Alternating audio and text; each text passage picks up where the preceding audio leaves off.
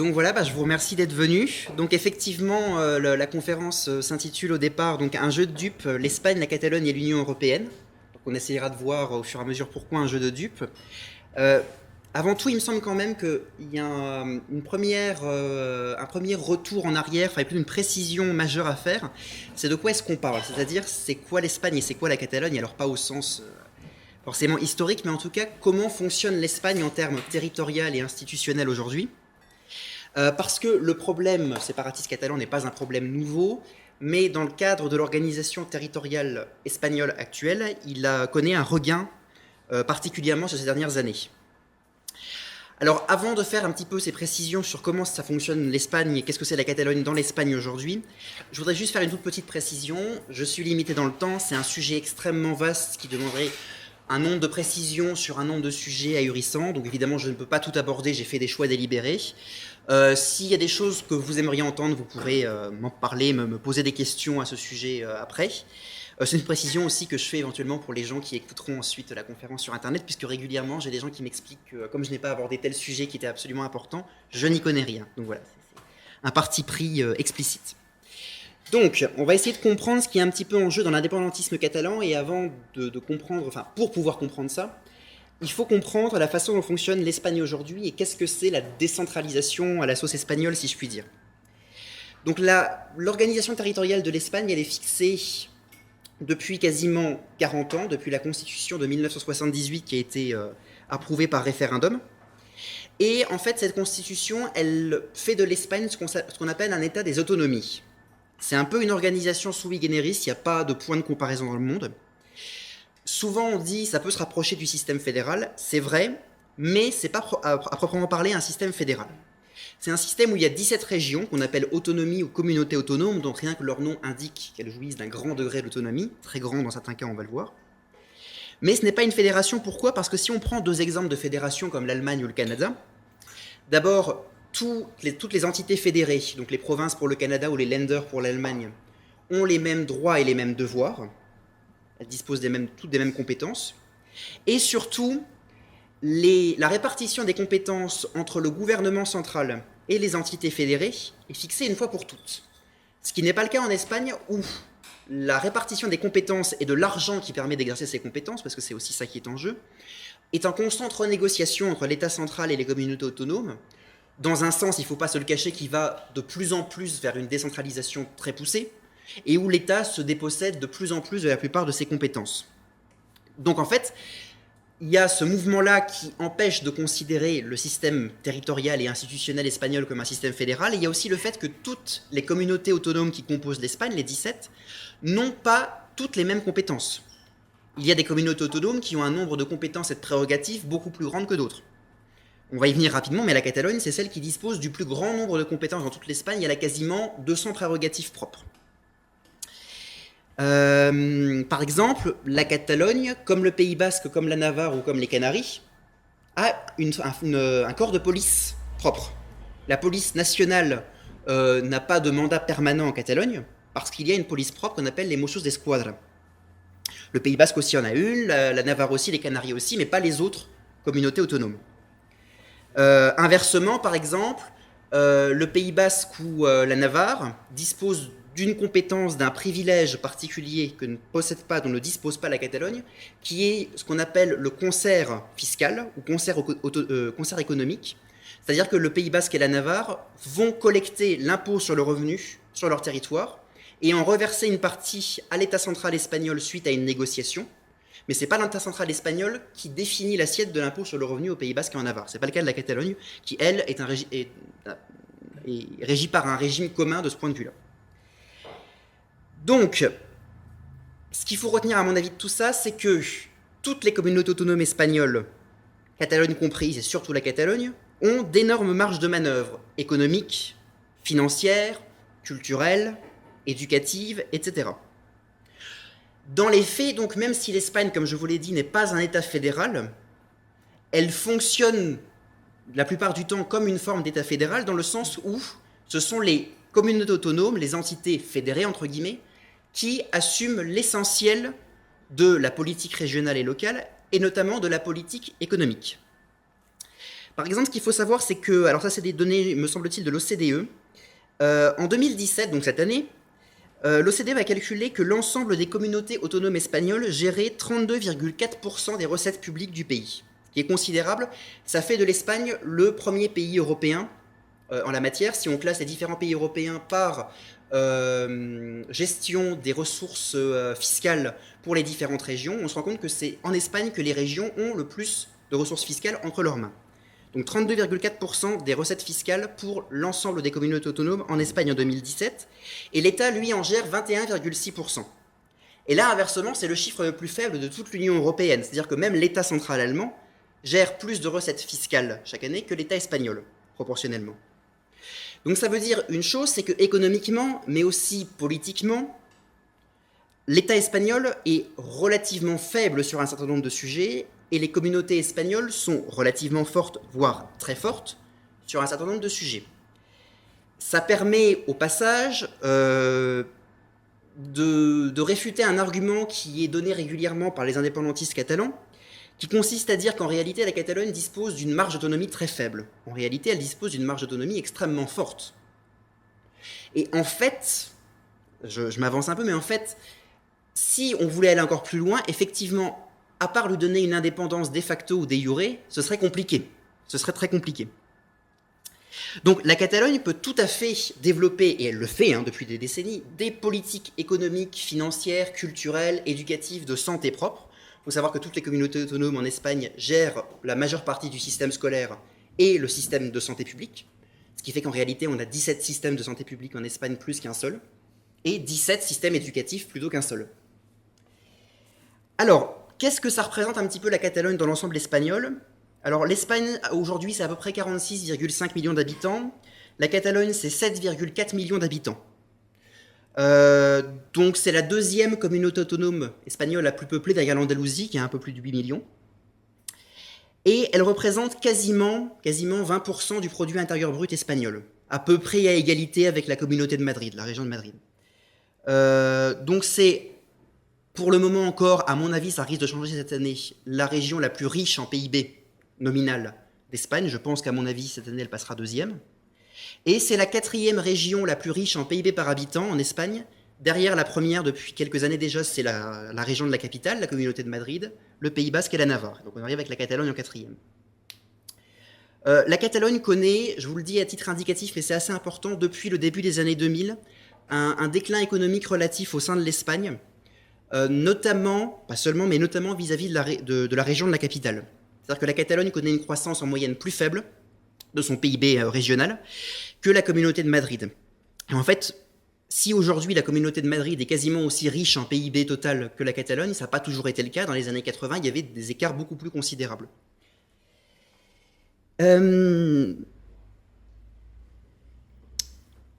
Donc on parle d'un enjeu qui est stratégique, effectivement, la Catalogne c'est un enjeu stratégique parce que c'est une communauté autonome qui est peuplée, qui est relativement vaste, qui est à la frontière avec la France, et avec une frontière très empruntée en plus, et qui en plus représente une richesse assez importante.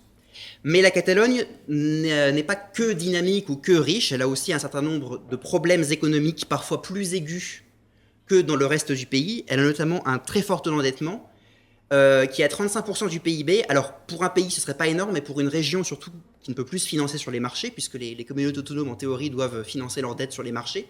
Mais aujourd'hui, les marchés ont claqué la porte à un certain nombre d'entre elles. 35% du PIB pour la dette, c'est énorme. C'est considérable, et ça handicape lourdement, ça c'est vrai, les marges de manœuvre économiques du gouvernement régional catalan. Mais le problème, c'est que ce n'est pas le cas partout. C'est-à-dire que toutes les régions espagnoles, toutes les communautés autonomes espagnoles ne sont pas aussi endettées. Or, comme les marges de manœuvre politiques et économiques des différentes régions, dont la Catalogne, sont assez larges, il serait peut-être temps aussi pour les Catalans, et un certain nombre le fait déjà, de se demander si ce ne sont pas leurs dirigeants régionaux qui ont dérapé sérieusement en matière économique et fiscale. Alors, je vais faire encore une ou deux précisions. La Catalogne a une identité historique que personne ne nie en Espagne. Mariano Rajoy, ce n'est pas Francisco Franco, même si effectivement les séparatistes catalans aiment le dire comme ça. Personne n'a jamais remis en cause l'identité historique et culturelle de la Catalogne. Depuis le retour à la démocratie, toujours, personne n'a remis en cause l'utilisation et la promotion de la langue catalane, à tel point qu'aujourd'hui, d'ailleurs, pour faire éduquer ses enfants dans le système scolaire catalan en espagnol avec un minimum d'espagnol, c'est très compliqué, c'est extrêmement compliqué, puisque l'écrasante majorité des cours se fait en catalan, alors que 55% de la population de la communauté autonome a l'espagnol pour langue maternelle, hein, je le rappelle à titre indicatif. Donc personne ne remet en cause tout ça, mais si on souligne d'un côté la particularité historique, culturelle, linguistique de la Catalogne, il faut aussi souligner de l'autre qu'elle est intégrée dans un espace ibérique et espagnol depuis au moins 5 siècles, mais en fait même plus, puisque d'abord il y avait des comtés catalans qui ne représentaient pas un État unifié, c'était différents comtés qui reconnaissaient une prééminence au comte de Barcelone, mais sans plus, qui se sont engagés très vite dans la Reconquista, comme tous les royaumes médiévaux chrétiens d'Espagne, de la péninsule ibérique même, et qui ensuite a très vite été intégré au Moyen-Âge, donc ces comtés catalans ont très vite été intégrés à la couronne d'Aragon, laquelle a ensuite fusionné avec la couronne de Castille pour donner, à la fin du XVe siècle, ce qu'on appelle aujourd'hui l'Espagne.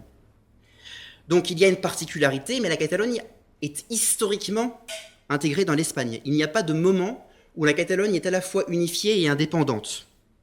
En tout cas, pas au sens où nous, on l'entendrait. Donc une identité régionale inscrite dans l'identité espagnole. Alors je vais juste vous préciser d'avance quelques petits mots catalans que je vais utiliser. Pas beaucoup, il y en a 3 ou 4 maximum, mais parce que je vais les utiliser, je me suis dit si je ne précise pas tout de suite ce qu'ils signifient, je ne suis pas sûr que tout le monde comprendra. Donc alors d'abord, je vais parler régulièrement, alors on a la traduction en français, de généralité de Catalogne, Generalitat en catalan. La généralité, en fait, c'est l'ensemble des institutions qui régissent la politique de la région. C'est un terme d'origine médiévale. Ensuite, il y a le Parlament, bon, le Parlement, ça, je pense que ça ira à peu près, qui est une de ces institutions. Et puis le Govern, qui est le gouvernement régional catalan, qui est aussi une des institutions de la Catalogne. Je le précise tout de suite, toutes les communautés autonomes espagnoles, contrairement à ce qui se passe avec les régions françaises, ont une séparation du législatif et de l'exécutif. C'est-à-dire qu'il y a un parlement par région et un gouvernement, un exécutif distinct par région. Alors qu'en France, en dehors de cas, par exemple, comme la Corse, on a un parlement régional, un conseil régional, point. Alors, pour finir sur cette présentation rapide de la Catalogne, donc le président de la Généralité de Catalogne, c'est-à-dire de l'ensemble des institutions, le président régional qui s'appelle Carles Puigdemont, alors ça s'écrit Puigdemont en français, mais ça se prononce Puigdemont en catalan, dirige la région depuis janvier 2016, à l'issue de négociations parlementaires assez rocambolesques. Il est président de la région quasiment par hasard.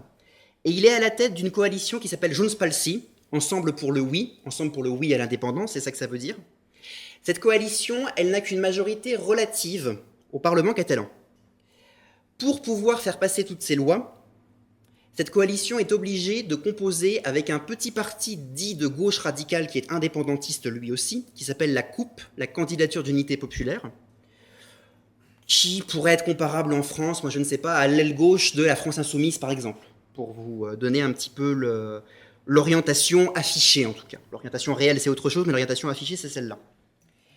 Donc en fait, ce gouvernement est issu des élections anticipées du 27 septembre 2015. Il y avait eu des élections anticipées régionales le 27 septembre 2015 qui avaient été convoquées par le gouvernement en place et qui avaient été convoquées comme des élections plébiscitaires. C'est-à-dire que le président de l'époque, le président de la région catalane de l'époque, Artur Mas, disait « Si les listes séparatistes obtiennent la majorité absolue, à ces élections, nous considérerons que nous avons reçu un mandat pour enclencher l'indépendance de la Catalogne. » Les listes séparatistes, le 27 septembre 2015, ont eu 48% des voix.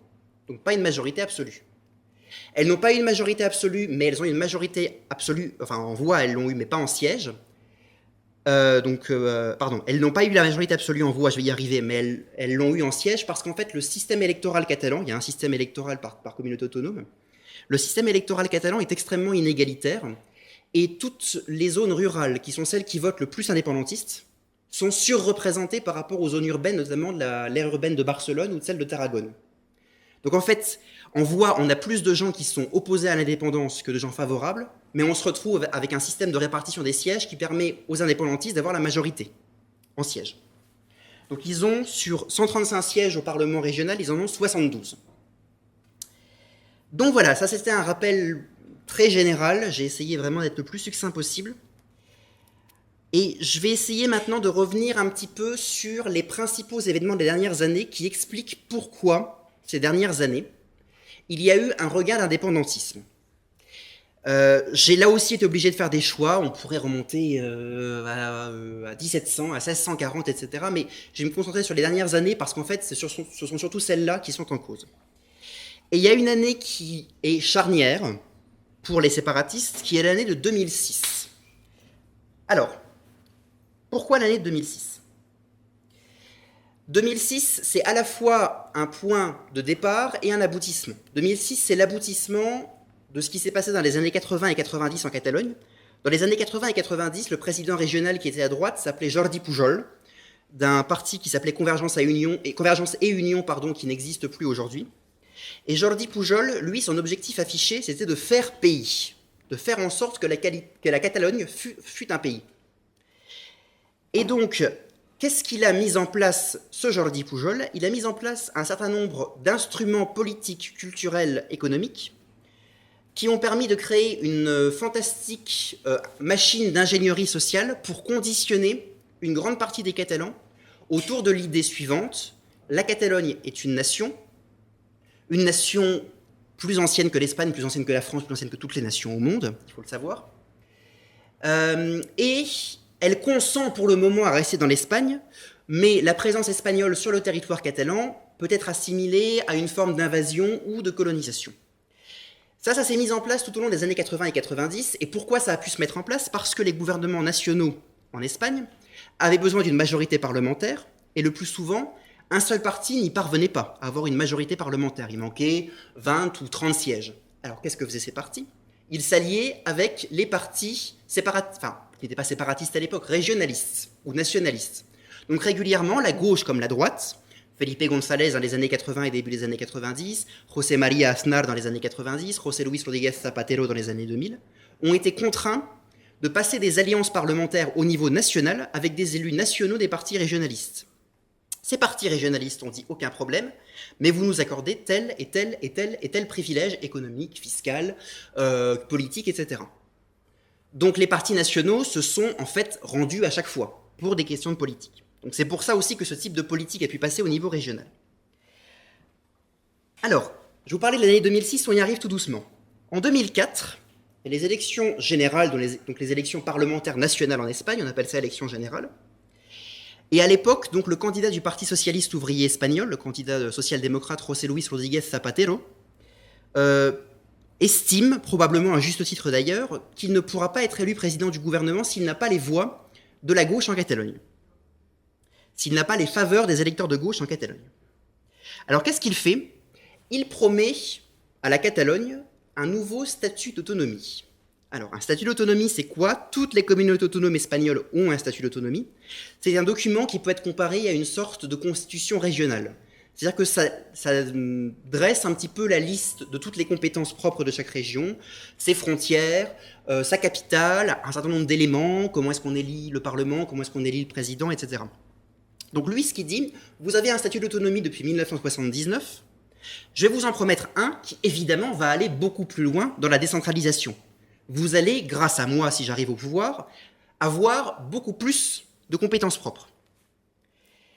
Et il dit, c'est bien simple, si je suis élu, si le Parti socialiste est majoritaire au Parlement, je ferai passer au Parlement national espagnol le statut d'autonomie que vous, dirigeants catalans, vous rédigerez, inconditionnellement. Je ne vous poserai pas de questions. Évidemment, les dirigeants catalans qui, à ce moment-là, sont à gauche, ne laissent pas passer l'opportunité. Donc à l'époque, la Catalogne, elle est dirigée par un homme qui s'appelle Pasqual Maragall. Pasqual Maragall, il appartient au Parti des socialistes catalans. Alors, il faut faire attention, le Parti des socialistes catalans, ce n'est pas la fédération régionale catalane du Parti socialiste espagnol. C'est un autre parti, distinct, mais systématiquement allié au Parti socialiste ouvrier espagnol. C'est un peu comme la CSU en Bavière avec la CDU au niveau allemand. Deux partis différents, mais qui convergent sur une liste commune. Mais deux partis bien différents. Donc Pasqual Maragall, il dirige les institutions catalanes, la Généralité de Catalogne à l'époque, à la tête d'une coalition un peu hétéroclite de gauche. Et donc, il dit très bien, Monsieur Rodríguez Zapatero en bon français, vous allez avoir notre soutien inconditionnel pour vous faire élire président du gouvernement et vous avez toute la gauche de Catalogne et les institutions catalanes derrière vous. José Luis Rodríguez Zapatero en 2004 est élu. C'était pas du tout couru d'avance, hein. C'est l'année des attentats d'Atocha à Madrid qui ont considérablement changé le panorama politique, puisqu'avant ces attentats, on pensait que ce serait la droite qui gagnerait de nouveau, et en fait, non, c'est la gauche qui est passée. Alors, ce statut d'autonomie, il est rédigé donc par les autorités catalanes, il est voté à une écrasante majorité par le Parlement régional catalan, et il est envoyé à Madrid pour que le Parlement national espagnol le vote. Dans les faits, alors je ne vais pas rentrer dans les détails, mais dans les faits, ce statut d'autonomie va tellement loin qu'en réalité, il place l'Espagne et la Catalogne, les institutions nationales espagnoles et les institutions régionales catalanes, sur un pied d'égalité. C'est-à-dire qu'en fait, c'est comme si deux pays étrangers l'un à l'autre se parlaient et avaient les mêmes prérogatives et les mêmes pouvoirs. Dans le préambule du statut d'autonomie catalane, l'un des premiers mots, c'est « nation ». La Catalogne se définit comme une nation. Et ça va poser un problème fondamental à beaucoup de gens en Espagne, parce que si la Catalogne est reconnue comme une nation au sens plein du terme par les autorités espagnoles, ça veut donc dire qu'elle peut tout à fait, si elle le désire, organiser un référendum pour savoir si oui ou non elle reste en Espagne, si c'est une nation à part entière. Alors, Zapatero, il tient promesse auprès des dirigeants catalans et il fait voter de façon assez simple, hein, il a une majorité avec lui, une majorité un peu composite mais une majorité quand même, il fait voter dès 2004 le nouveau statut d'autonomie catalan tel qu'il est présenté par les autorités régionales. En fait, si je parle de jeu de dupes, c'est parce que là, les autorités nationales espagnoles et Zapatero en particulier se leurrent eux-mêmes, se dupent eux-mêmes. Zapatero, il a agi par électoralisme. Il a dit aux dirigeants catalans ce qu'ils voulaient entendre et il a fait ce que les dirigeants catalans voulaient qu'il fît. Le problème, c'est que Zapatero s'est précipité sur la question de ce statut d'autonomie de la Catalogne et qu'il n'a notamment pas fait vérifier auprès de la Cour constitutionnelle espagnole, qui est extrêmement importante, si le statut d'autonomie est compatible avec la constitution de l'Espagne, si le statut d'autonomie catalan respecte la constitution espagnole.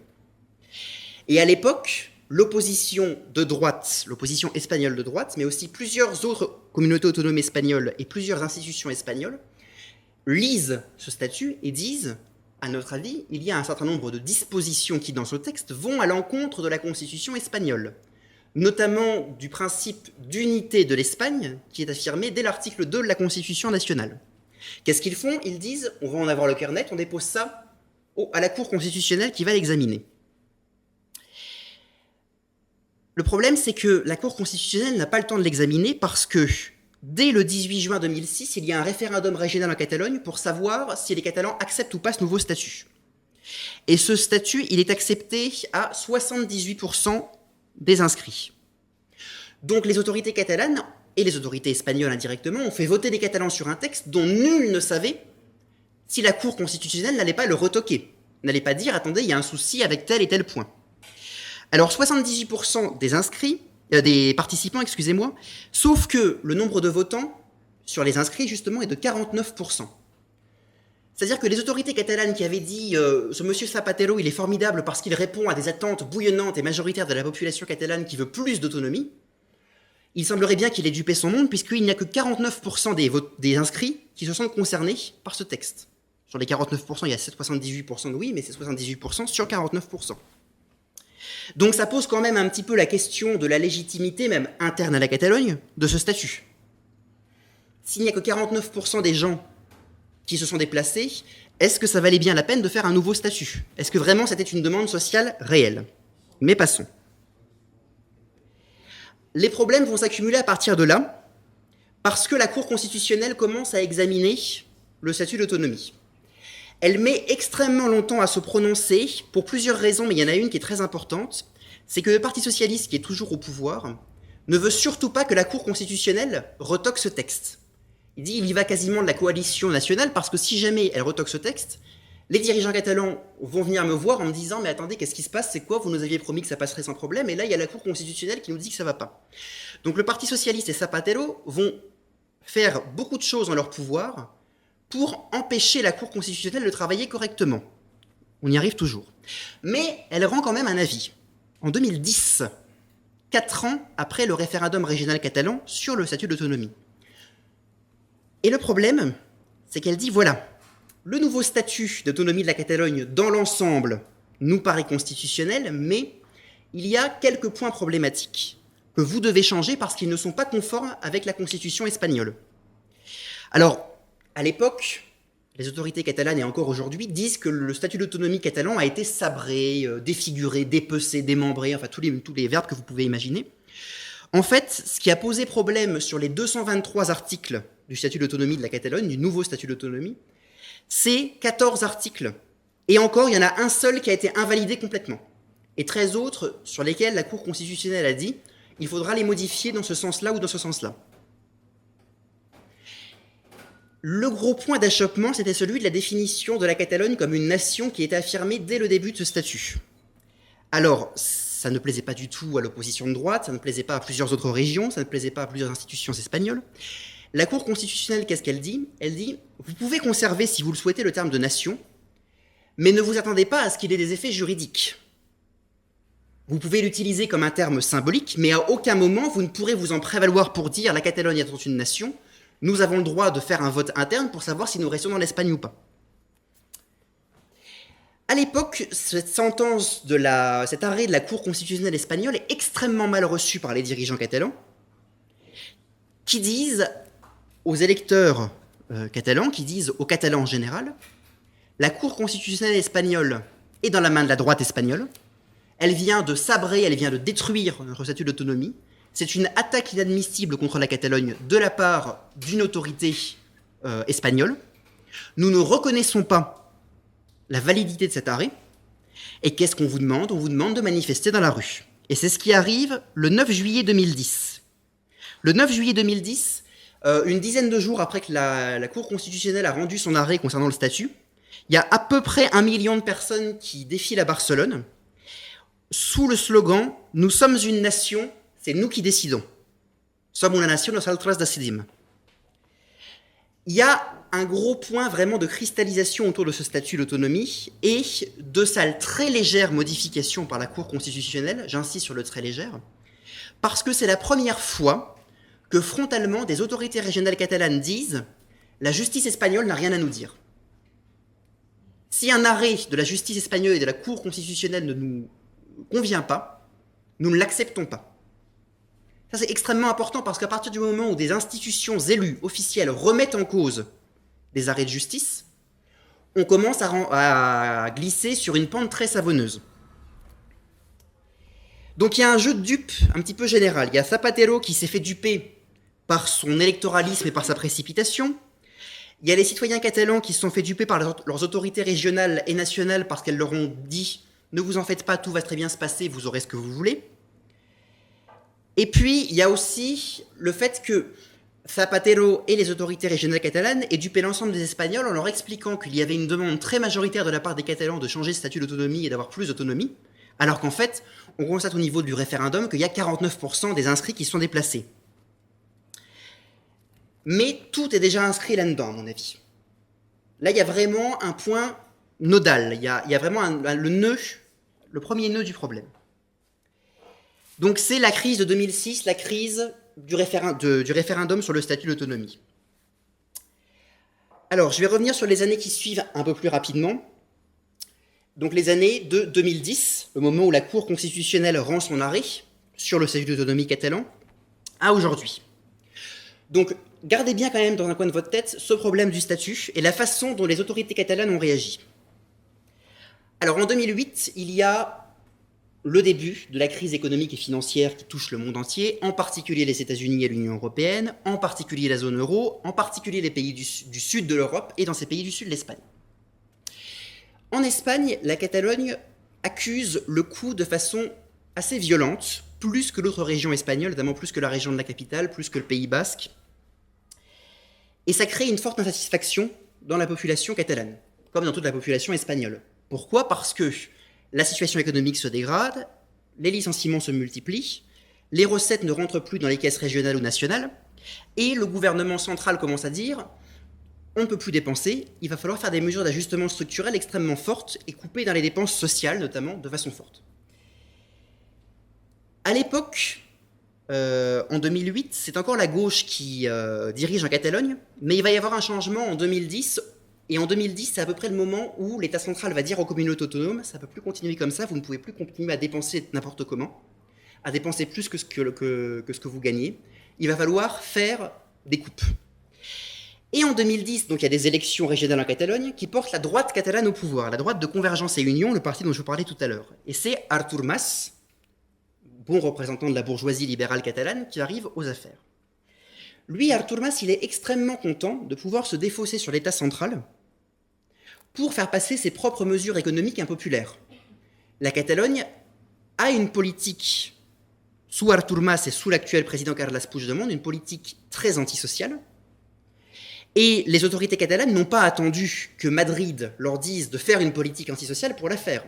Mais ça arrange bien le président régional de l'époque, Artur Mas, de dire « ce n'est pas de ma faute, c'est le gouvernement central qui me le demande ».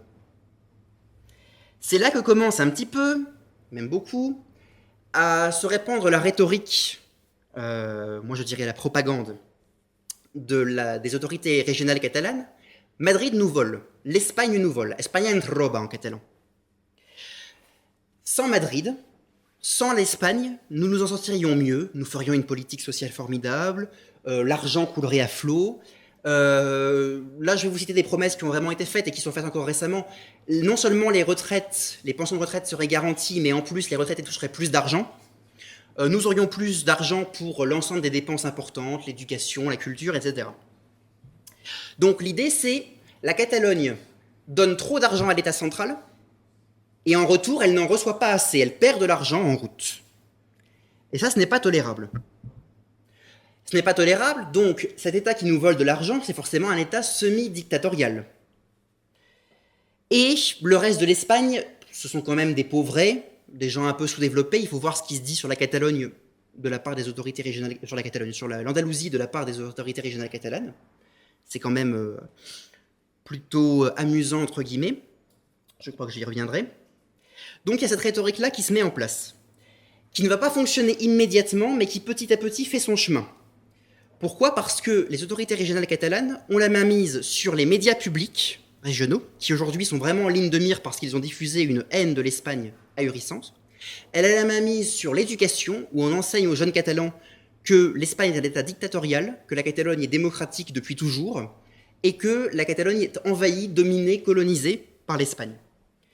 Donc, ce discours-là parvient peu à peu à être hégémonique, et il parvient peu à peu à être hégémonique aussi parce que, comme je vous l'expliquais tout à l'heure, dès les années 80 et 90, les présidents régionaux ont déjà mis en place une ingénierie sociale assez formidable dans ce sens-là. Donc c'est dans la continuité de ce qui a déjà été fait avant. Donc en fait, c'est un nouveau jeu de dupes, parce qu'en réalité, s'il y a des coupes sombres en Catalogne, c'est certes en partie à cause des décisions de l'État central espagnol, mais c'est aussi en grande partie à cause des autorités régionales catalanes, surtout qu'elles ont de très larges marges de manœuvre économiques et même fiscales.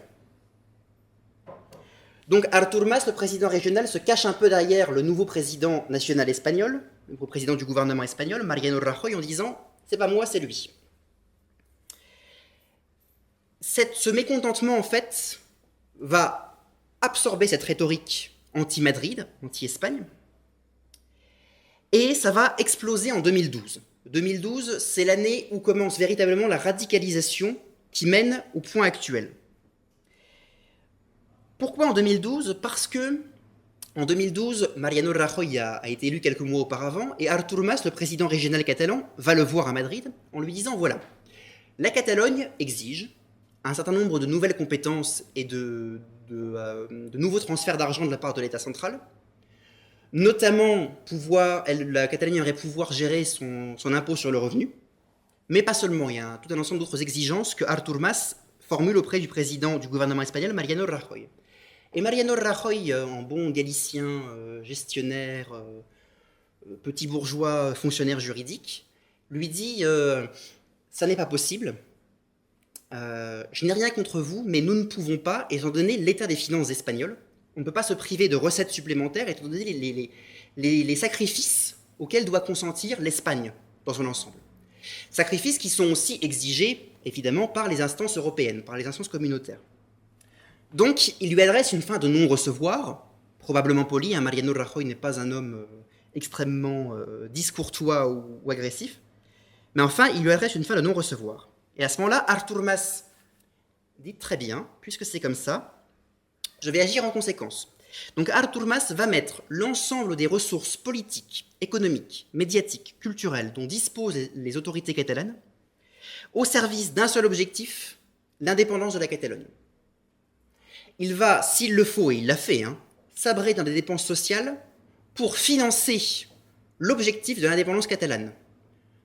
Par exemple, en subventionnant massivement les médias régionaux pour qu'ils promeuvent l'indépendance catalane et qu'ils donnent une vision extrêmement particulière de la situation.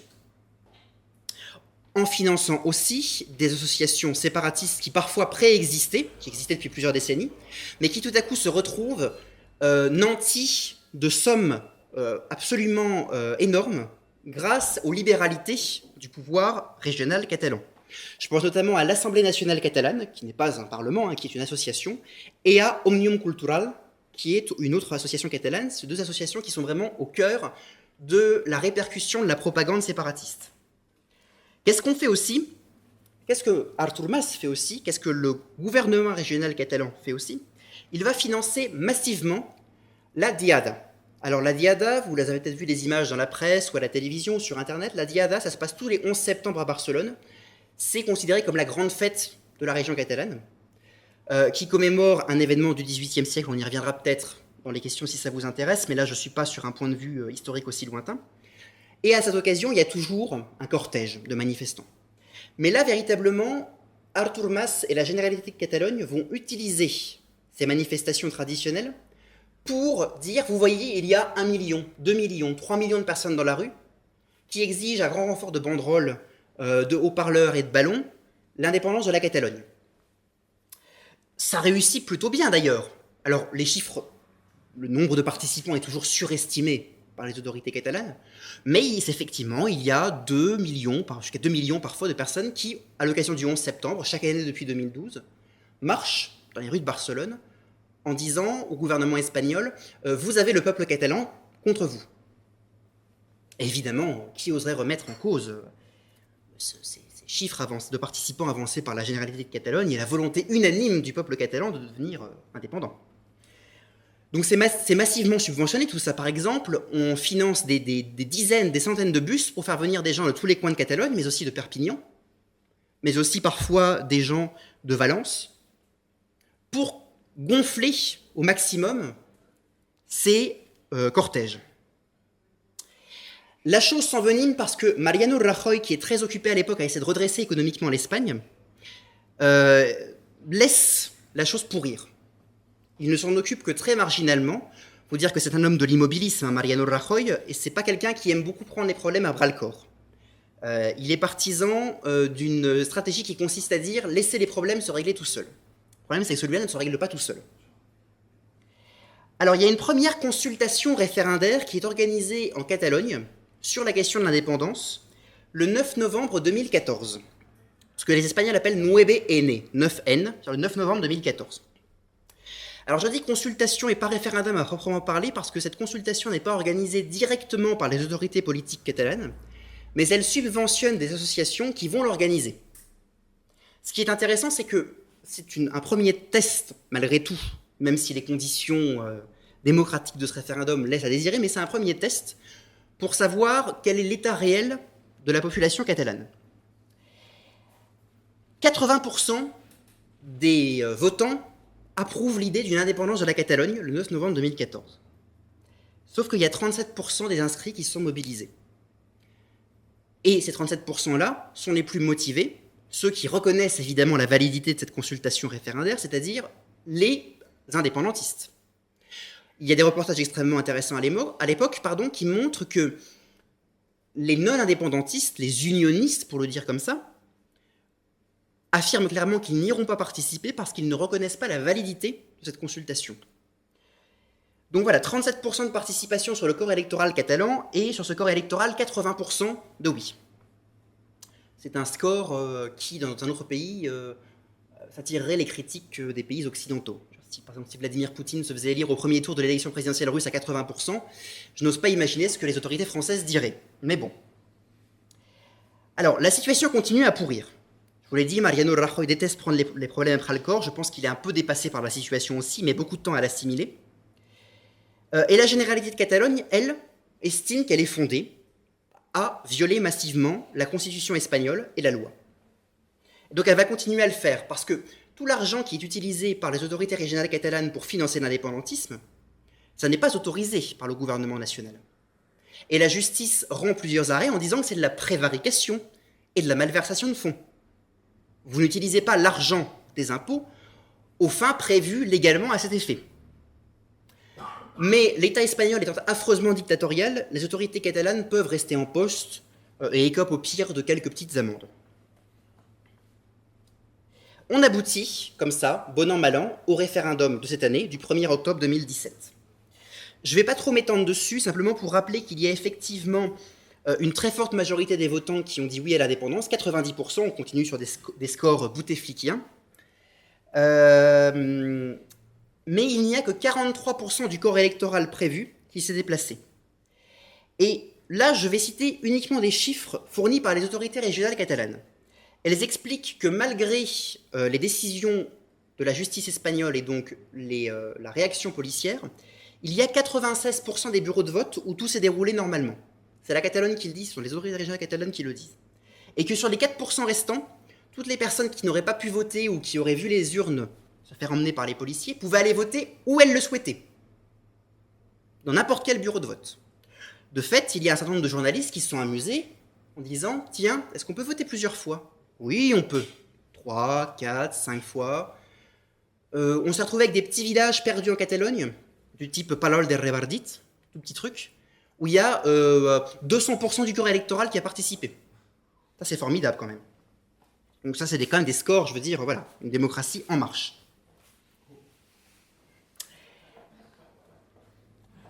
Alors, quel rapport avec l'Europe dans tout ça?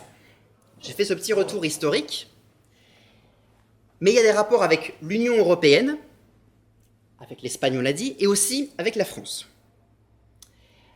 Au cœur de l'idéologie séparatiste catalane, quoi qu'en disent les séparatistes eux-mêmes, il y a quand même une idée extrêmement importante, qui est, je vous l'ai dit, l'Espagne nous vole. Nous ne voulons pas continuer à payer pour les régions les moins développées d'Espagne. Nous donnons trop d'argent, nous sommes riches, nous le gardons. C'est pas formidablement de gauche, je dis ça parce qu'il y a des gens de gauche en France qui s'enthousiasment sur la libération du peuple catalan opprimé par la prison des peuples espagnols. C'est pas formidablement de gauche. Mais bon. Il y a quand même des affiches officielles des partis politiques catalans qui circulent depuis quelques années en disant par exemple « L'Espagne subventionnée vit au détriment de la Catalogne prospère ». Bon, ça c'est la face gentille. La face méchante, ce sont des déclarations un petit peu plus contestables, on va le dire gentiment, de la part des autorités régionales catalanes. Par exemple, Jordi Pujol, dont je vous ai parlé tout à l'heure, qui a été président régional catalan entre 1980 et 2003, avait écrit un livre dans les années 80, dans lequel il expliquait que les Andalous étaient quasiment le chaînon manquant entre l'homme et le singe, quasiment. Et il a été condamné en justice pour ça d'ailleurs. Sa femme, la femme de Jordi Pujol, Marta Ferrusola, qui est une grande figure de l'indépendantisme catalan aujourd'hui, même si elle n'a jamais été élue, disait dans les années 2000 qu'elle était extrêmement gênée parce que dans les années 2000, à la fin des années 2000, le président régional catalan s'appelait José Montilla. Ce n'est pas un nom typiquement catalan parce qu'il était né en Andalousie, mais est arrivé très jeune en Espagne.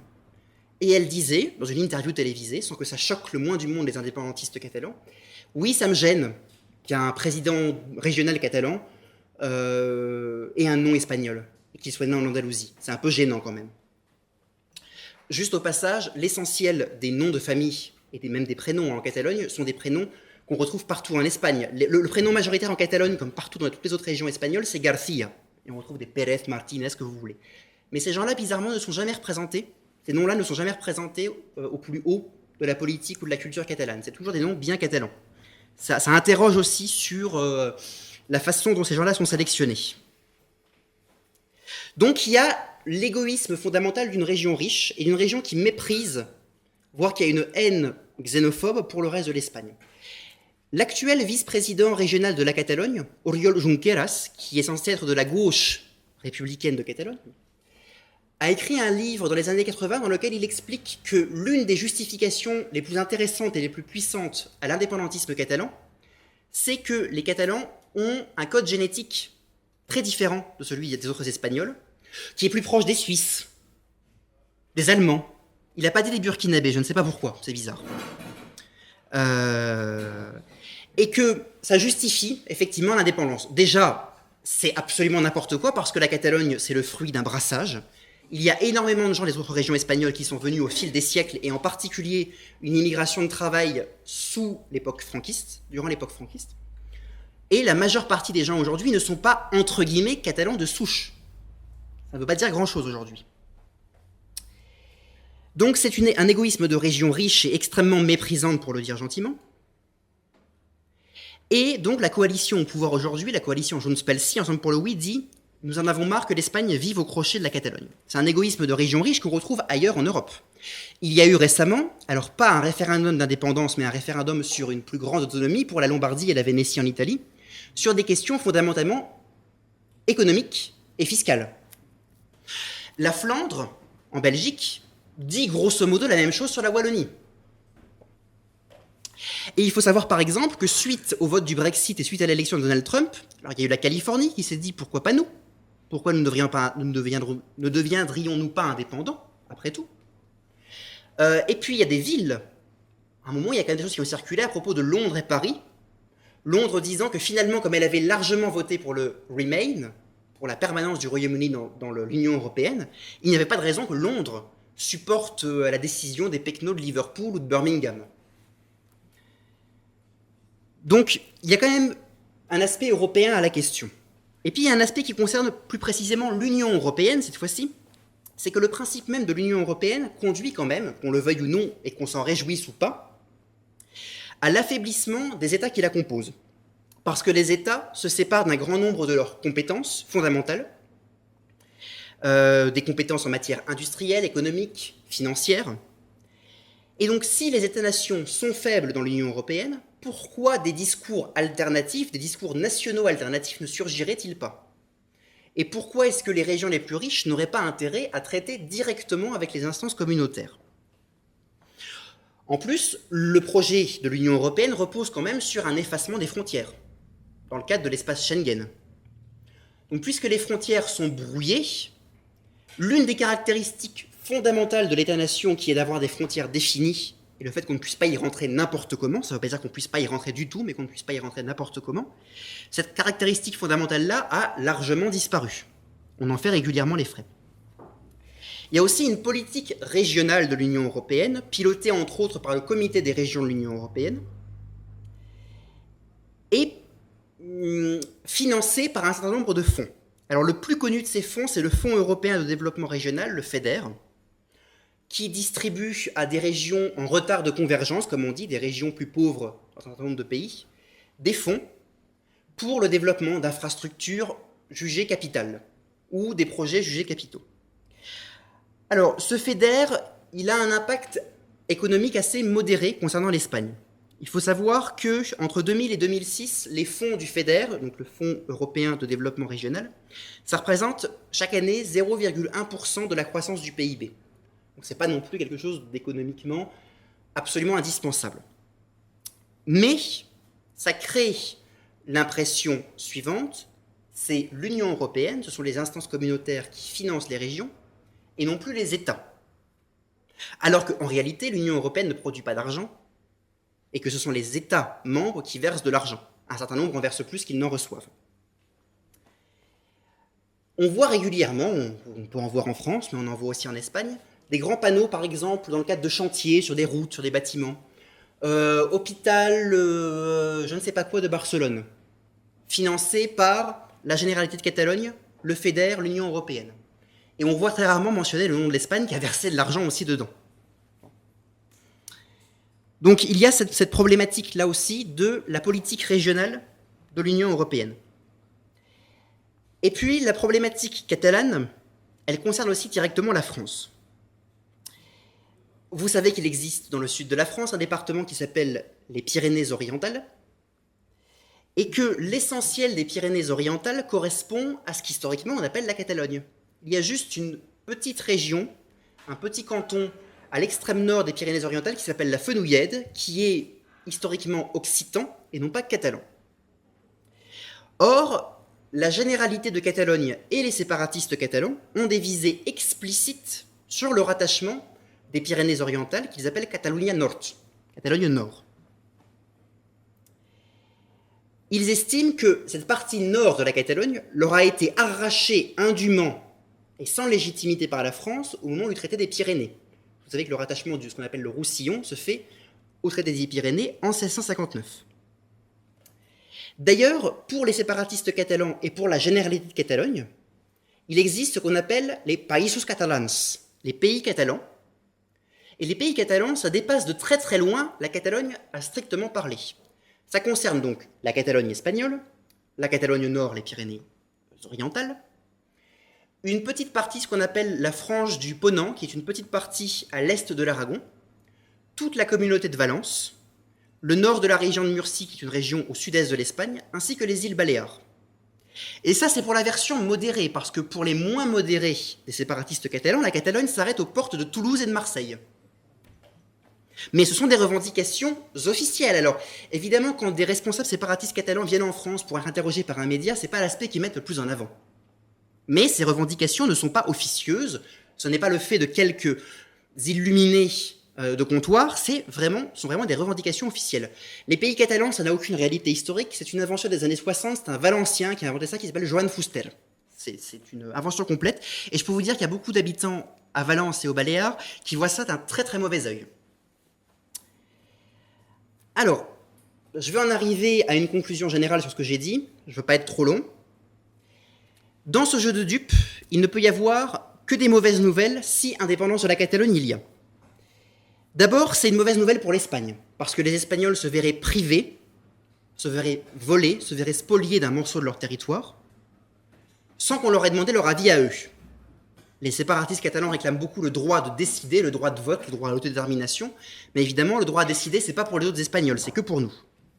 Et dans le cadre des pays catalans, ce sera que pour les Catalans, ce ne sera pas non plus pour les Valenciens ou les habitants des Baléares, eux, ils décideront pas s'ils veulent se rattacher au pays catalan ou pas.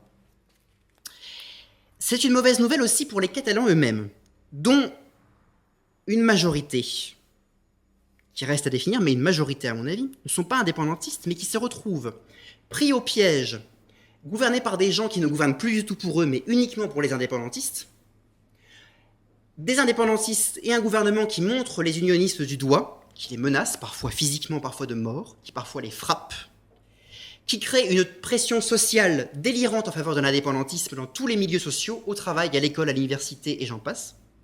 Et en plus, l'État catalan, s'il devait effectivement exister, s'il devait y avoir une république catalane indépendante un jour, ça me paraît très compromis à court et moyen terme, mais peut-être qui sait à long terme, on ne peut pas prédire l'avenir, eh bien ce serait un État extrêmement affaibli économiquement, parce que si la Catalogne est riche, elle le doit en très grande partie à l'État central espagnol, historiquement, et au marché national espagnol.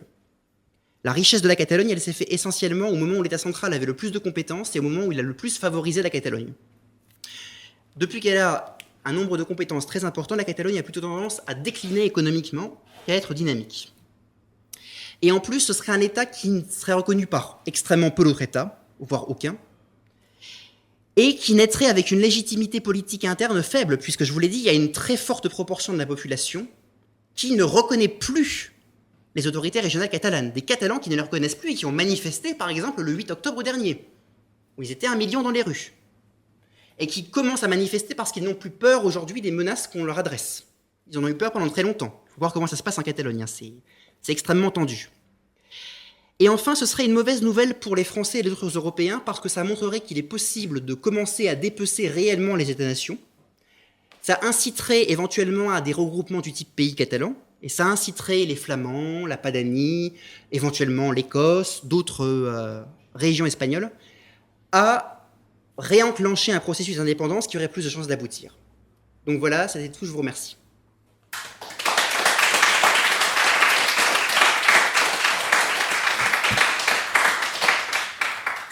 Bien, merci Nicolas pour cette brillante conférence. Si vous souhaitez poser quelques questions, allez-y. Pendant ce temps-là, je passerai parmi vous pour récolter la petite obole du club. Pour les Catalans. Voilà, pour ceux qui n'ont pas payé. Oui. Est-ce que la couronne espagnole a un rôle à jouer là-dedans ou est-ce qu'elle est complètement effacée? Alors, non seulement elle a un rôle à jouer là-dedans, mais elle le joue. Il s'est passé quelque chose d'extrêmement important. Alors, l'actuel roi d'Espagne, Philippe VI, s'est toujours prononcé en faveur du respect de la Constitution et du dialogue et des solutions dans le cadre de la loi espagnole. Il a fait un discours le 3 octobre, un discours télévisé, à la télévision publique, ce qui est extrêmement rare. Ça avait été annoncé dans la journée. Beaucoup de personnes en Espagne défavorables à l'indépendance s'attendaient à un discours extrêmement mou et extrêmement consensuel. Et il a eu un discours extrêmement énergique, ferme, dans lequel il a dit qu'il était inadmissible que les autorités catalanes violent la Constitution et la loi, et qu'il était du devoir des autorités politiques espagnoles d'y remédier par l'application stricte de la Constitution et par l'application de sentences judiciaires s'il le fallait. Alors évidemment, les indépendantistes catalans étaient furieux, mais ça a eu un accueil extrêmement favorable dans une très large frange, une très nette majorité de la population espagnole. Et lors de la manifestation des unionistes à Barcelone le 8 octobre, donc qui suivait de 5 jours le discours télévisé du roi, on voyait plein de gens qui brandissaient des pancartes « Vive le roi »,« Vive Philippe VI », etc. parce que pour eux, c'est la première personne en Espagne, la première autorité nationale importante à avoir dit véritablement stop. Ces gens-là reprochent à Mariano Rajoy d'être mou, d'être dans l'immobilisme. Et justement, là, il y a une forme de consensus et de resserrement autour du roi sur cette question-là, parce qu'il a dit en fait aussi ce que beaucoup de gens en Espagne et même en Catalogne attendaient. Est-ce qu'on peut imaginer que dans ce genre de manifestations qui sont contre l'indépendance, il y a des gens d'autres régions qui montent en Catalogne? Alors, il y en a eu, mais comme il y en a lors des manifestations indépendantistes. Voilà, puisque les indépendantistes sont liés, sont de mèche, avec une grande partie de la gauche radicale espagnole, comme par exemple Podemos, qui, même si cette gauche-là dit non, non, nous sommes pour que la Catalogne reste en Espagne, favorise grandement ces mouvements-là. Donc oui, il y a des gens d'autres régions qui sont allés à Barcelone. Il y avait eu une manifestation à Madrid le 7 octobre, juste avant, où des gens de toute l'Espagne étaient venus aussi. Mais de la même façon qu'il y a des gens d'autres régions qui viennent en Catalogne. Oui ? Oui, il semblerait qu'il y ait presque 1000 entreprises qui soient parties de Catalogne. Plus. C'était un mardi. Oui, oui, oui. J'ai des amis qui étaient allés à Barcelone une semaine, là, et là, ils m'ont donné comme information. Oui, alors il y a à peu près 1300, 1400 entreprises qui ont déménagé leur siège social hors de Catalogne vers d'autres régions espagnoles, dont quelques poids lourds. Les deux principales banques qui subsistaient en Catalogne, CaixaBank et Sabadell, sont parties. Des grosses entreprises cotées à la bourse de Madrid sont parties s'installer, alors très majoritairement à Madrid. Comme je dis toujours, il ne faut pas y voir une poussée chez les grands patrons et chez les entrepreneurs, quels qu'ils soient, de patriotisme espagnol ou d'anti-indépendantisme. En fait, c'est surtout que l'argent est peureux, si j'ose dire, et que eux pensent qu'il n'y a aucune sécurité économique et juridique possible dans une Catalogne qui deviendrait indépendante ou qui resterait espagnole, mais qui serait dans des remous sociaux et politiques extrêmement forts. Ce n'est pas par rejet de l'indépendantisme catalan, c'est par rejet de l'insécurité juridique et économique. Toujours est-il qu'au niveau fiscal, le rentrée fiscale pour la Catalogne, c'est pas génial. Alors, l'impôt sur les sociétés, il est national en Espagne, il est prélevé par Madrid, mais il est vrai que ça va avoir des impacts fiscaux parce qu'il y a des taxes diverses qui sont prélevées par des communes ou par des régions qui là ne le seront plus. En plus, ça met quand même à bas une bonne partie de la réputation de la Catalogne comme région riche, entrepreneuriale, prospère. Or, c'est justement l'image qu'avaient voulu projeter les responsables régionaux catalans, qui avaient dit en 2015, vous verrez, aucune banque ne partira. Les entreprises se battront pour venir s'installer en Catalogne. Et quand des économistes espagnols leur disaient, c'est peu probable, ils disaient, vous essayez d'agiter un chiffon pour nous faire peur, vous êtes des économistes madrilènes, vous n'y connaissez rien. Bon, résultat des courses, on voit qui avait raison aujourd'hui et qui avait tort.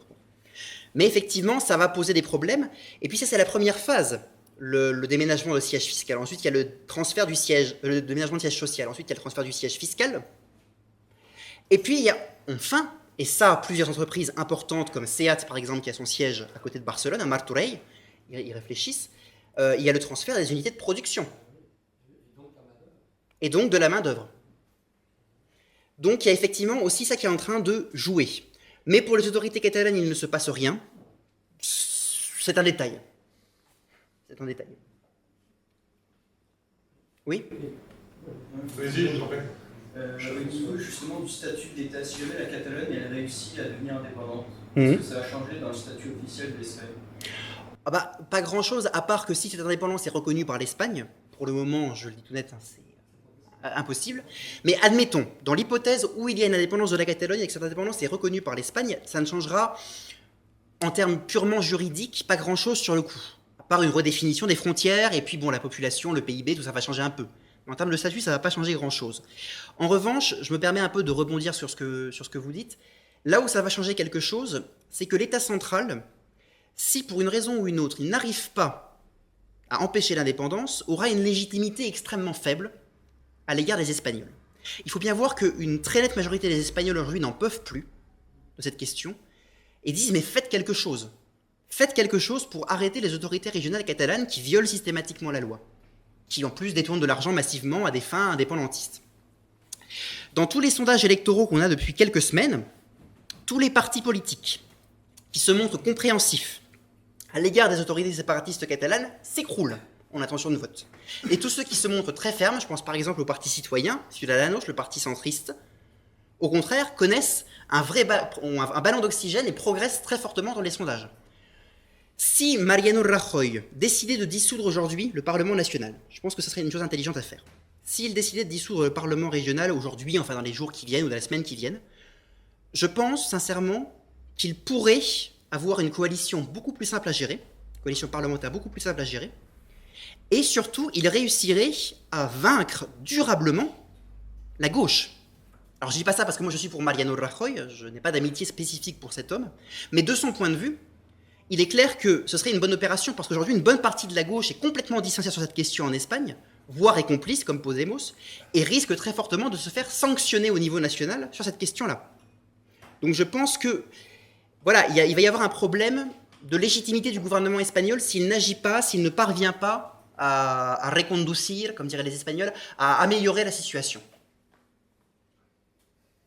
Oui. Oui, l'Espagne, la Catalogne, donc, supposons qu'elle arrive dans leur indépendance, ils vont devenir un pays tiers. Enfin, Oui. Ils seront plus dans l'Union européenne. A priori, non. Dans l'Union européenne, il faudra qu'ils passent des tests. Il Oui. faudra que l'unanimité des pays membres de l'Union européenne soit d'accord. Oui. Il y en a au moins un qui ne sera pas d'accord. En même plus qu'un, je pense que la... Oui, au moins un, mais je pense que la France ne sera pas forcément extrêmement favorable, il n'est pas sûr que l'Italie le soit non plus. Ben voilà, parce qu'il y a tout ce qui en découle. Alors que les dirigeants séparatistes catalans ne cessent d'expliquer qu'en fait il n'y aura aucun problème, qu'ils seront dans l'Union européenne, qu'ils seront dans la zone euro, que tout cela se passera de façon complètement indolore, mais que inversement l'Espagne va quasiment s'écrouler sans la Catalogne. Ce sera indolore pour la Catalogne et ce sera l'écroulement pour le reste de l'Espagne. C'est un peu la rhétorique. Oui ? Je voudrais te demander déjà, si tu pouvais revenir sur la question des événements de Barcelone en 1714. Oui, 14, oui. Ensuite, et toujours pour parler de Barcelone, on a pu lire dans la presse qu'il y avait certaines tensions entre la maire actuelle de Barcelone Oui. et Puigdemont. Oui, le président régional, oui. C'est ça Mm. Dans le cas où demain Puigdemont déclarerait l'indépendance de la Catalogne, est-il envisageable que la municipalité de Barcelone s'y oppose, il oppose un veto constitutionnel ou tout simplement, comment dire, Oui, se déclare... oui.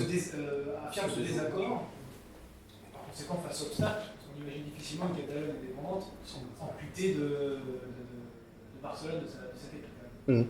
Alors, bon, je vais revenir d'abord sur les événements du début du XVIIIe siècle. Alors, pour comprendre ce qui se passe, donc l'Espagne est dirigée jusqu'en 1700, la monarchie espagnole est tenue par une dynastie qui est la dynastie des Habsbourg. Le dernier roi des Habsbourg, Charles II, qui a de très graves problèmes de santé, meurt en 1700, et a régné bien plus longtemps d'ailleurs que ce qu'on lui avait prédit, mais meurt en 1700 sans descendance directe. Il rédige un testament avant sa mort, évidemment, il vaut mieux, qui est sujet à caution, mais il semblerait quand même qu'il soit authentique, dans lequel il lègue la couronne d'Espagne à l'un de ses parents, qui est Louis XIV. Alors Louis XIV est déjà roi de France, donc par le biais de Louis XIV, au petit-fils de Louis XIV, au petit-fils aîné de Louis XIV, pas le petit-fils aîné, enfin un des petits-fils, qui est Philippe, duc d'Anjou, donc un Bourbon. Je pense qu'un certain nombre de vous connaissent un peu cette histoire. Le testament de Charles II est accepté. Louis XIV envoie son petit-fils Philippe en Espagne pour y devenir roi sous le nom de Philippe V. C'est le premier des Bourbons d'Espagne. Philippe VI, le roi actuel, en descend, en droite ligne. Et au tout début, les choses se passent à peu près bien. Le problème, c'est que Philippe V arrive avec des conceptions un peu françaises de l'administration et de l'organisation du royaume, qui ne sont pas celles des Habsbourg. Et il a l'intention de centraliser en partie, seulement en partie, il ne faut pas exagérer la chose, l'administration de l'Espagne, qui en fait est très composite à l'époque. S'ensuit une guerre, la guerre de succession d'Espagne, qui est aussi agitée par les puissances étrangères comme l'Angleterre ou l'Autriche, qui ne veulent surtout pas d'un Bourbon sur le trône d'Espagne, parce que ça supposerait une alliance avec la France, une alliance dynastique, une alliance familiale. Puis l'Autriche, évidemment, veut placer son candidat, un candidat Habsbourg. Finalement, en 1714-1715, ce sont les partisans de Philippe V de Bourbon qui remportent la mise. Les séparatistes catalans expliquent que la Catalogne, entre autres également le Pays Basque, soi-disant, était contre les Bourbons, était contre la centralisation des Bourbons et pour l'organisation confédérale des Habsbourg. Et que donc ce serait une guerre d'invasion du reste de l'Espagne sur la Catalogne pour ensuite l'opprimer par un système centralisateur atroce.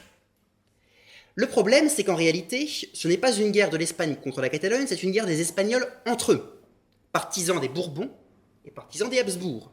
Et on en trouve partout.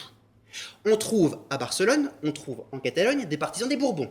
Et surtout les partisans des Habsbourg, comme par exemple Rafael Casanova, qui est la grande idole des séparatistes. Rafael Casanova a laissé suffisamment d'écrits et de témoignages où il dit qu'il lutte pour l'Espagne. Il lutte pour la dynastie des Habsbourg, mais il lutte officiellement pour l'Espagne. Et tous ses partisans aussi. Ce qui s'est passé en 1714, c'est que comme la Catalogne, et en particulier Barcelone, avait résisté aux armées de Philippe V de Bourbon, comme les rois le font beaucoup à l'époque, il y a une forme de punition qui s'abat sur la Catalogne, mais aussi sur la région de Valence et les Baléares, où on va leur imposer certaines conditions qui pourraient nous paraître humiliantes ou infamantes. Ce qu'il faut bien comprendre, c'est que paradoxalement, les Catalans, les élites économiques et politiques catalanes au XVIIIe et au XIXe siècle, finalement sont très contentes des Bourbons parce que les Bourbons vont les favoriser et vont leur donner un nombre de privilèges économiques dont elles rêvaient depuis très longtemps et qu'elles n'avaient jamais obtenus sous les Habsbourg. Notamment la possibilité de commercer librement avec les Amériques, mais aussi un nombre de privilèges qui vont en fait perdurer même durant, et là c'est pas très politiquement correct de le dire, mais même durant la dictature franquiste, la région qui économiquement a été le plus favorisée par l'État central, c'est la Catalogne. Par exemple, il y avait des privilèges en termes économiques et fiscaux, je pense, à Barcelone, qui est l'une des deux seules villes d'Espagne avec Valence, qui avait le droit de faire une foire internationale, en Espagne sous Franco. Madrid a dû attendre les années 80, après la mort de Franco. Mais il y a plein d'autres choses comme ça, notamment parce que toute la bourgeoisie catalane a soutenu Franco, et Franco le leur a bien rendu, les a bien remerciés. Donc ces événements-là, en fait, ne sont pas exactement ceux qu'on décrit. Alors, on explique, oui, il y a eu une interdiction de parler catalan. Il y a eu effectivement une interdiction d'utiliser le catalan dans les actes administratifs et officiels en Catalogne à partir du règne de Philippe V de Bourbon. Ça, c'est vrai. Mais d'abord, l'espagnol était largement parlé en Catalogne avant le XVIIIe siècle. Et l'espagnol n'est pas une langue moins catalane que le catalan. On parle depuis très longtemps l'espagnol, en Catalogne aussi. Et même sous Franco, où on explique que le catalan était interdit partout, ce serait à nuancer grandement. Par exemple, il y avait des foires littéraires officielles en Catalogne sous Franco, qui vendaient tout à fait officiellement et manifestement aux yeux de tous des livres en catalan, les prix littéraires catalans distinguaient des livres en catalan, etc. Donc là aussi, c'est grandement à nuancer un petit peu cet aspect de « on nous a volé notre culture ». Voilà. Et alors, pour ce qui est de l'autre question, c'était à la mairie de Barcelone, oui. Alors, Ada Colau, l'actuel maire de Barcelone, a été élu sur une liste qui s'appelle Barcelone en commun, qui en fait n'est pas une liste de Podemos directement, mais qui est soutenue par Podemos. Et en fait, comme tout ce qui touche de près ou de loin à Podemos, Ada Colau, le maire de Barcelone, a une attitude plus ou moins ambiguë vis-à-vis du séparatisme, même très très ambiguë, tellement ambiguë qu'à la fin ça n'est plus tellement ambigu justement, qu'on voit très bien de quel côté ça penche. Mais il est vrai parfois elle fait valoir officiellement des désaccords avec le gouvernement régional. Imaginons que le gouvernement régional proclame l'indépendance demain, possibilité. Je pense que la mairie de Barcelone sera un peu embêtée. Elle dira que ce serait bien qu'il y ait quand même un dialogue, qu'on puisse aboutir à un statut plus avantageux pour la Catalogne plutôt que de déclarer l'indépendance. Mais la réaction de la municipalité de Barcelone, ce ne sera jamais de dire il faut défendre l'unité de l'Espagne. Ça, c'est même pas la peine d'y penser avec Ada Colau aux commandes et avec son équipe municipale, c'est même pas la peine d'y penser. Il y a quelques années, il y a des images qui ont beaucoup choqué. Je dis ça parce que c'est un rapport avec justement cette municipalité. Je crois que c'était à l'occasion d'une diada d'un 11 septembre, mais c'est à revérifier. Sur le balcon de la mairie de Barcelone, sur la place Saint-Jacques à Barcelone, il y a plusieurs conseillers municipaux qui sont sortis, pas Ada Colau, mais plusieurs conseillers municipaux pour saluer la foule. Et il y a un conseiller municipal de droite du Parti populaire qui, voyant qu'il y avait simplement un drapeau catalan agité par les autres conseillers municipaux, a amené un drapeau espagnol pour l'agiter aussi. Et le premier adjoint au maire d'Ada Colau, Pizarrillo, qui est un Argentin d'origine, lui a arraché le drapeau espagnol des mains. Surtout pas montrer ça. Je pense que ça en dit assez long quand même sur ce que c'est que l'équipe municipale à Barcelone aujourd'hui. Même s'il est vrai que Ada Colau a une stratégie personnelle, de survie politique, et éventuellement d'accroissement de son pouvoir politique personnel, parce qu'elle, elle se verrait bien en présidente de la Généralité de Catalogne un jour. Donc tantôt elle appuie d'un côté un petit peu, tantôt un petit peu de l'autre, elle surfe un peu en fonction des événements. Voilà, peut-être une dernière question. Oui, une dernière question, et ensuite, si vous souhaitez continuer, nous irons dîner dans un restaurant prévu à cet effet. Voilà, donc dernière question. Alors, Nicolas, une dernière question.